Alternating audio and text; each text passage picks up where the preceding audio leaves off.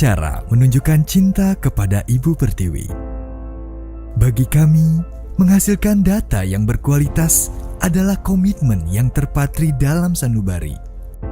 Dari waktu ke waktu yang telah dilalui, membangun negeri nyatanya tidak semudah menjentikan jari. Data yang akurat adalah kunci. Statistik telah menjadi bagian dari sejarah perjalanan bangsa. Kegiatan statistik di Indonesia dimulai sejak masa Hindia Belanda di bawah lembaga Directeur van Landbouw Nijverheid en Handel, lalu berganti nama menjadi Central Kantor voor de Statistiek. Pasca kemerdekaan, lembaga tersebut mengalami beberapa kali penggantian nama, yaitu Kantor Pusat Statistik, Biro Pusat Statistik, hingga akhirnya pada 19 Mei 1997 ditetapkan Undang-Undang Nomor 16 Tahun 1997 tentang Statistik yang menetapkan nama Badan Pusat Statistik atau BPS.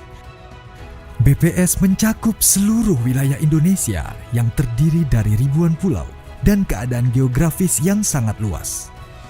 Dari Sabang sampai Merauke, ujung Miangas hingga Pulau Rote, kantor BPS tegak berdiri di setiap kabupaten dan kota di Indonesia. Dalam melaksanakan tugas sebagai penyedia data statistik, BPS berstatus sebagai lembaga pemerintah non-kementerian yang bertanggung jawab langsung kepada Presiden.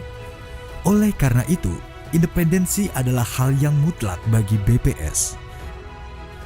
Menyediakan data statistik berkualitas untuk Indonesia maju adalah visi kami. BPS bertanggung jawab menyediakan data statistik dasar, membantu penyelenggaraan statistik khusus, dan mendukung pelaksanaan statistik sektoral. Kegiatan utama BPS adalah menyelenggarakan sensus. 3 sensus yang diselenggarakan oleh BPS, yaitu sensus penduduk pada tahun berakhiran 0, sensus pertanian pada tahun berakhiran 3, dan sensus ekonomi pada tahun berakhiran 6. Selain itu, BPS juga melakukan ratusan survei rutin untuk mendukung ketersediaan data khusus. Survei yang dilakukan di BPS antara lain Survei Sosial Ekonomi Nasional, Survei Angkatan Kerja Nasional, pendataan potensi desa, pendataan kerangka sampel area, survei ongkos usaha tani, survei pertanian antar sensus, survei biaya hidup, dan survei-survei lainnya. Dalam melakukan pengumpulan data di lapangan, BPS menggunakan metode wawancara secara tatap muka atau pengisian secara mandiri oleh responden. Keamanan data yang telah diperoleh menjadi prioritas utama BPS. Setiap data yang diperoleh dari responden dijaga kerahasiaannya dan dijamin oleh undang-undang. Data kemudian ditabulasikan, diolah, dianalisis, dan dipublikasikan tepat waktu untuk digunakan pada berbagai keperluan. BPS diperkuat oleh lebih dari 16.000 pegawai yang tersebar di 34 kantor BPS provinsi dan 514 kantor BPS kabupaten atau kota di seluruh Indonesia. Selain itu, BPS dibantu oleh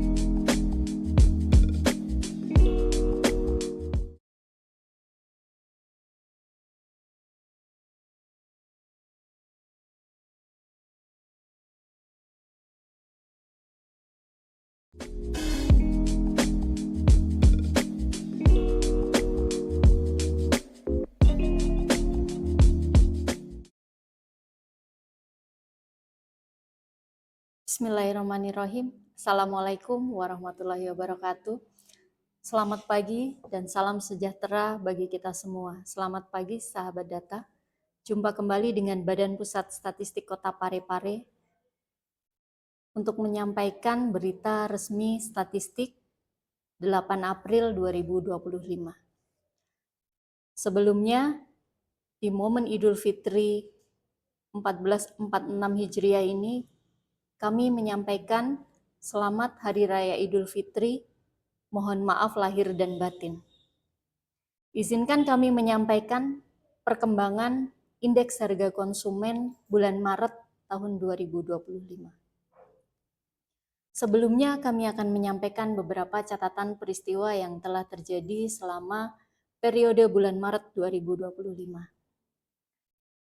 Yang pertama, subsidi tarif listrik dari pemerintah yang diberikan sebesar 50% pada bulan Januari dan Februari telah berakhir. Namun pengguna listrik pasca bayar masih menggunakan subsidi tarif listrik sebesar 50% ini untuk tagihan bulan Februari yang dibayarkan bulan Maret. Kemudian yang kedua, di bulan Maret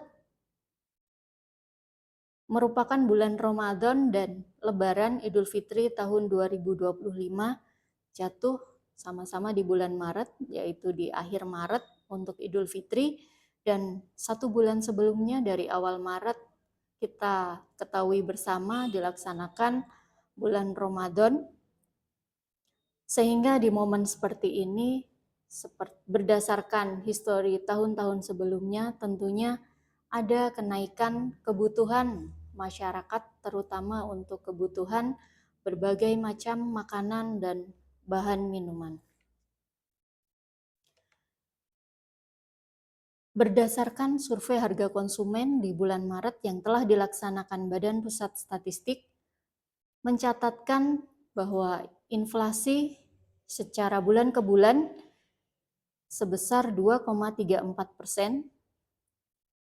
Secara tahun ke tahun, inflasi yang terjadi di bulan Maret sebesar 1,98%, dan inflasi tahun kalender Maret 2025 terhadap Desember 2024 sebesar 1,43%. Berdasarkan kelompok pengeluaran, inflasi bulan ke bulan yang memberikan andil terbesar adalah dari kelompok makanan, minuman, dan tembakau, serta dari kelompok pengeluaran perumahan, air, listrik, dan bahan bakar rumah tangga.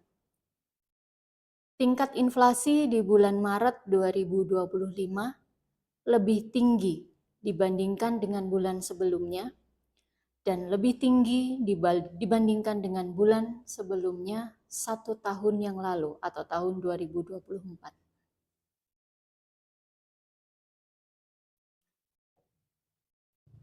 Secara bulan ke bulan, komoditas yang memberikan andil harga naik atau inflasi yaitu tarif listrik yang kita ketahui bersama, diskon listrik telah berakhir di bulan Februari dan hanya pelanggan listrik untuk pasca bayar saja yang masih menikmati untuk pembayaran tagihannya di bulan Maret ini. Kemudian ikan, cabai rawit, udang basah, bawang merah, dan beberapa horti seperti kangkung, cabai merah, emas perhiasan, dan cumi-cumi memberikan andil harga naik. Sebaliknya yang memberikan andil harga turun antara lain hortikultura seperti kacang, tomat, kemudian ketimun, daun bawang, dan beberapa komoditi ikan. Secara tahun ke tahun atau year on year, inflasi di bulan Maret mencatatkan kenaikan harga sebesar 1,98%. Berdasarkan kelompok pengeluaran secara tahun ke tahun atau YOY, yang memberikan andil inflasi terbesar adalah makanan, minuman, dan tembakau. Sedangkan perumahan, air, listrik, dan bahan bakar rumah tangga memberikan share atau memberikan andil deflasi,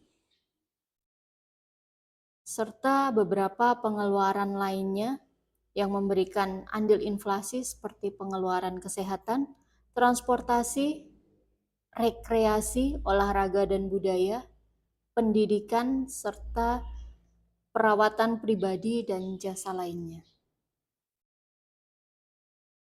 Secara tahun ke tahun, komoditi yang memberikan andil harga naik yang pertama adalah emas perhiasan, kemudian nasi dengan lauk, beberapa jenis ikan seperti ikan bandeng, ikan layang, kemudian udang basah, cabai rawit, sigaret kretek mesin atau rokok, kemudian kopi bubuk, minyak goreng, dan bawang merah. Dan komoditi yang sebaliknya memberikan andil harga turun, yaitu tarif listrik, telur ayam ras, daging ayam ras, beras, tomat, daun bawang, dan beberapa komoditi perawatan pribadi lain. Apabila kita bandingkan inflasi antar kota yang terjadi di bulan Maret 2025, di lingkup Sulawesi Selatan, tingkat inflasi secara bulan ke bulan paling rendah terjadi di Bulukumba dan paling tinggi terjadi di Kota Palopo sebesar 2,48. Sedangkan secara tahun ke tahun atau year on year di bulan Maret 2025 ini inflasi tertinggi terjadi di Kota Parepare sebesar 1,98% dan inflasi terendah terjadi di Kota Makassar sebesar 0,46%. Sehingga dapat kami ringkaskan untuk sahabat data sekalian bahwa pada bulan Maret 2025 terjadi inflasi mantuman sebesar 2,34%, inflasi year on year sebesar 1,98%, dan inflasi year to date sebesar 1,43%. Penyumbang utama inflasi di bulan Maret 2025 ini secara mantuman adalah kelompok makanan, minuman, dan tembakau dengan inflasi sebesar 1,13%, dan komoditas penyumbang utama inflasinya antara lain adalah tarif listrik yang paling besar dengan andil inflasi sebesar 1,09%. Penyumbang utama inflasi bulan Maret 2025 secara year on year adalah kelompok makanan, minuman, dan tembakau dengan andil 1,17%, sedangkan komoditas utama penyumbang inflasi pada kelompok pengeluaran ini adalah ikan bandeng dengan andil 0,18. Yang kedua, kelompok perawatan pribadi dan jasa lainnya dengan andil 0,64, dengan komoditas penyumbang utama inflasi di kelompok ini adalah emas perhiasan dengan andil 0,64. Dan yang terakhir, kelompok penyediaan makanan, minuman, restoran dengan andil 0,42%.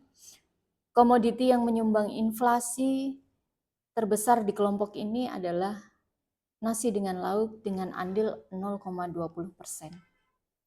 Demikian data bulan Maret terkait dengan inflasi yang dapat kami sampaikan bagi sahabat data sekalian. Semoga data dari Badan Pusat Statistik Kota Parepare bermanfaat bagi pengguna data dan stakeholder di lingkup pemerintah Kota Parepare dan seluruh pengguna data sekalian. Terima kasih, salam sehat, wassalamualaikum warahmatullahi wabarakatuh.